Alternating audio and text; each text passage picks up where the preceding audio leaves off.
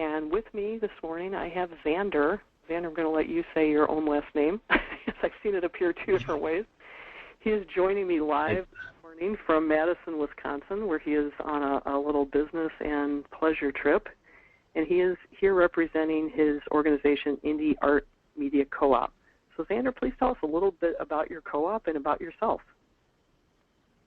Hi, I'm Xander Gieryn. Thanks for having me, Kathy Sippel. Really excited to be in the CoThrive space today. My first time really checking it out, and it's been quite a pleasure.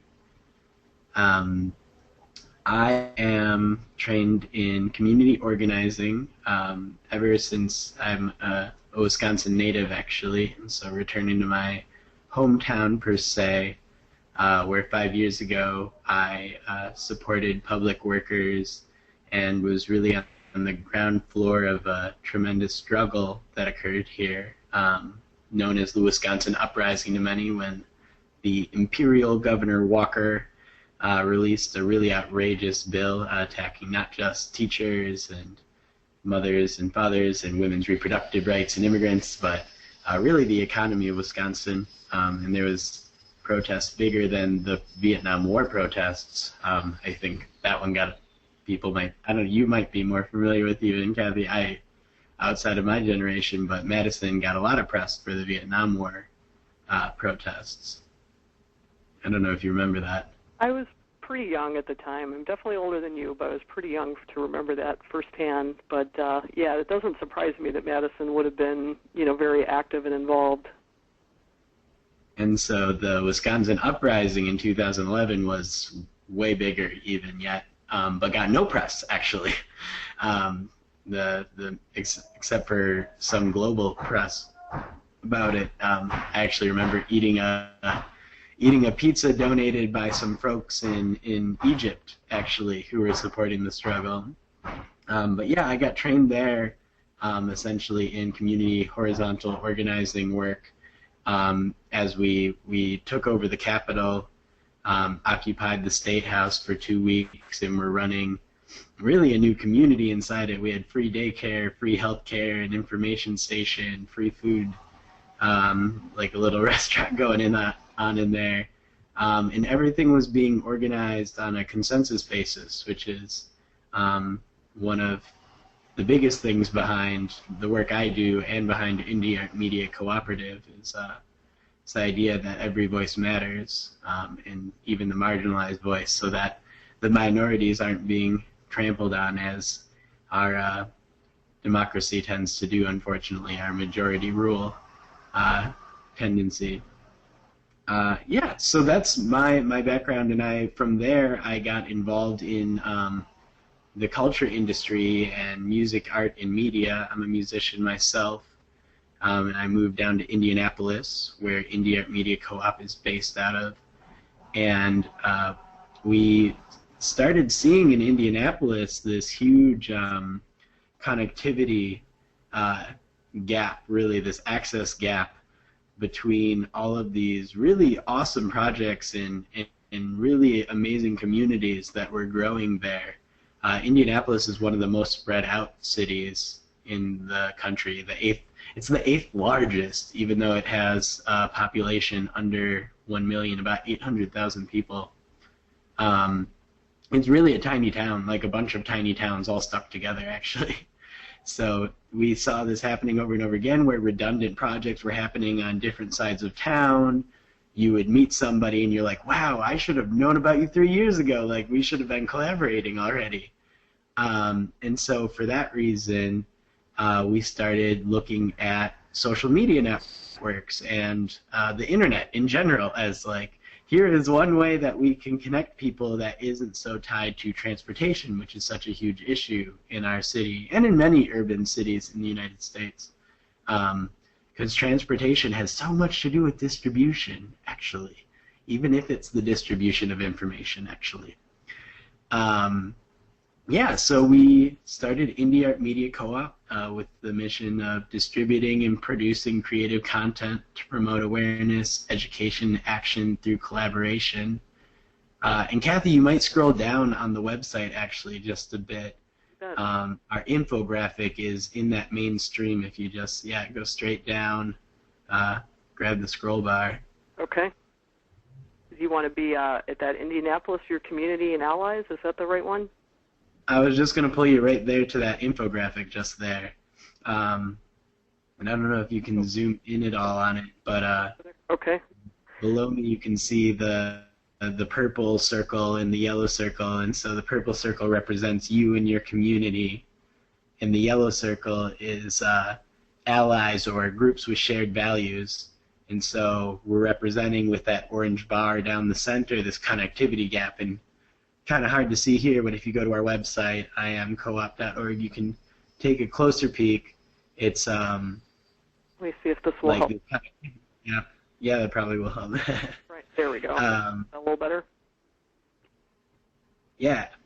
So you can see in the connectivity gap, public transportation is a big part of that. Cars is a huge part of that. Indianapolis is kind of a mini Detroit. It was a car town, built super that way. But even like time and money and, how many jobs you're working prevents you from going out. Because again and again, we keep seeing amazing content coming out of Indianapolis, but the audience isn't there. And it's really confusing, but it's a little bit explained by this connectivity gap where the info isn't getting to the people, and therefore the resources isn't getting to the content providers. That's why we see so many starving artists, unfortunately, in Indianapolis.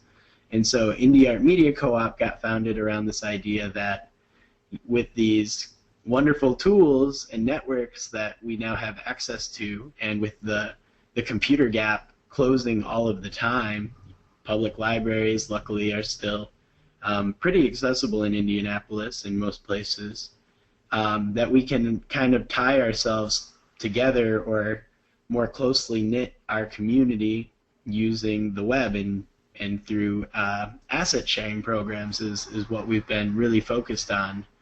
We come from an asset-based community development standpoint, or a perspective where we look at what a community has rather than from a problem-based perspective where we're like, what do you need? In our perspective, we ask them, like, what do you have the power to do and what feels right?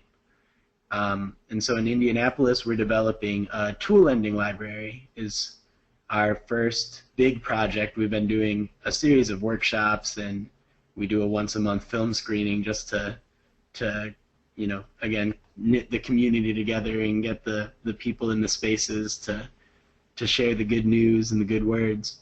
But we are developing a tool lending library to share media production and event equipment with this idea that there should be equal access and equality of access to the tools of cultural production, because those tools, like CoThrive itself, are critical in making cultural change and making societal change, social change. And in Indianapolis and around the country and the world, there are too many marginalized communities or underserved communities who don't have access to the tools to make sure their story is heard. And right now, with media being as powerful as it is, we think that we can make a huge difference in the story of Indianapolis by empowering people to better tell their stories and preserve their cultural heritage and protect free speech using the internet and cameras and all of these things. And so our plan is to make those tools, like even projectors and PAs and things you need to throw events, or the very simple ones that are super economical. It's like canopies, tables, chairs to go to a festival. Not every group needs to own one of those. Like, that's abundantly clear. Maybe a group or a artist goes to 3 or 4 fairs a year. And so too often we see people investing in really cheap canopies that get broken down anyway, and that's a waste of resources, really, instead of 5 artists investing in one really, really good canopy and doing a timeshare with it. So we're really excited to, it's actually really been resonating in our city. So the tool lending library is really kicking off. At the same time, we're doing some video documentary work around the Indianapolis hip-hop scene and the collaborative music scene. look out for #HypeIndy. That's a project that will be debuting a 20-minute documentary by the end of the summer or mid-August. And yeah, I think that's largely what we're up to in Indy with the Indy Arts Media Co-op, supporting each other, supporting artists, supporting social entrepreneurs, and trying to create a more accessible, equitable world. Well, I love that, and I just love the idea of being able to work with you as a collaboration partner to share your model with other cities so that they can look at really smart sharing economy type things, like sharing, your tents for artists. That's such a great idea. And, CoThrive kind of filling in the gaps where needed to promote, online and to connect these different communities via our non-geographically specific, coverage. So Yeah. Thanks so much for being here with me today. I know you're in Madison today. You said you're down in Illinois tomorrow playing with your music, which is transcendental folk. Yep. We play as Joy in the Sulks. Very cool. I really like the idea of transcendental folk. I'm definitely going to check that out after we finish. I'm glad to hear it. Yeah, and glad to connect with you, Kathy. I think, indeed, I think regional connectors and non-geographical-based connectors are so important to this process, and excited to see you looking at different ways for artists to both share their portfolios, both in sneak peeks or also, the Chamber of Commerce aspect of CoThrive and of some programs that you're testing out. That's really exciting for us to see, and I think definitely something we want to help support in that way. As we're more focused on the asset sharing piece right now, but definitely, I think one big part of our meeting once a month is usually talking about jobs in town. Actually, in our update section, we usually have at least 5 minutes where we're talking about different freelance gigs that we've become aware of in the previous month. So. Equity is important, and even as we try to go into the sharing economy, keeping people economically solvent, financially solvent is really important to keep doing the good work we're doing. So good. And one thing I thought might be fun to close with, this might even be something that becomes a signature for CoThrive, is beyond the sharing community, the ideas, the resources, I think it's also about sharing connections, because people ultimately are the ones that connect people to all of these other things. So I just want to give a little shout out, a thank you to Shannon Anderson from Sustainable Indiana 2016, because she's the one who connected us, and then I just connected you to Julie Anderson, my sister down in Cincinnati, who has a fledgling new project that she's working on, doing art therapy for people who have survived stressful situations, working with people with PTSD, and to see how art might be used to heal. So I just love how one relationship unfolds into other opportunities, and you gave me some good suggestions for her. So I want to thank people on both ends of that transaction for being the person that I connect you to, and for Shannon for connecting the two of us. So go forth, do great things. Thanks, Nancy. Okay, take care. Thank you. Upwards and onwards, indeed. Thanks, Kathy. Talk to you soon. Bye-bye.